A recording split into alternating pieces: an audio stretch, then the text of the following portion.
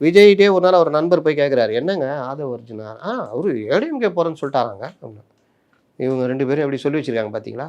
சரி, ஆதவ விஜய் ஆதவ அர்ஜுனா கேட்டாரா சார்? மத்தவங்கலாம் இறங்கி கேட்கலையா சார்? ஆதவ அர்ஜுனானா இவர சமீபத்தில விழா நடத்தினால அவர் விளையாட ஞாபகத்துல நடத்துனாங்களா? இருந்தது சரி. விஜய்க்கு. சமீபத்தில ஒருத்தர் உயரமா ஒருத்தர் நான் கூட சொல்லிட்டு வந்தேன். வரும்போது வந்துருங்கன்ட்டு வந்தேன்.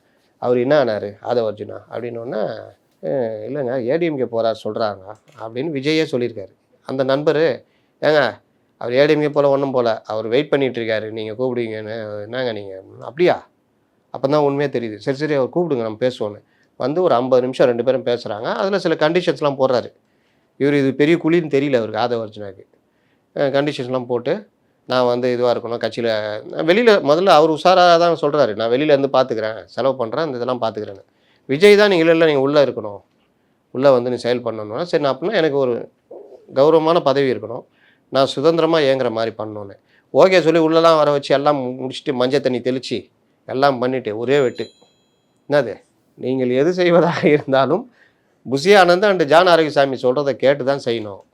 அவர்களுடைய வழிகாட்டுதலின் பேர்ல ஒரு அறிக்கை வந்துச்சு தெரியுமா? ஞாபகம் இருக்கா? நான் கூட அது சும்மா இவங்களா சேர்த்துட்டாங்க போல. கடைசி பேராகிராஃப் சேர்த்துட்டு, தலைவரே நிர்வாகிகள் நியமனம் தப்பா சைன் பண்ணா வந்திருக்கு. சைன் பண்ணுன்னு சொல்லுவாங்கன்னு பார்த்தா, உண்மையிலேயே நடந்திருக்குது அப்புறமா. இவர் பிரசாந்த் கிஷோர் வந்திருக்காரு. எதுவா இருந்தாலும் ஜான் ஆரோக்கியசாமி மூலியமா தான் உள்ள வரணும்னு இருக்காங்க.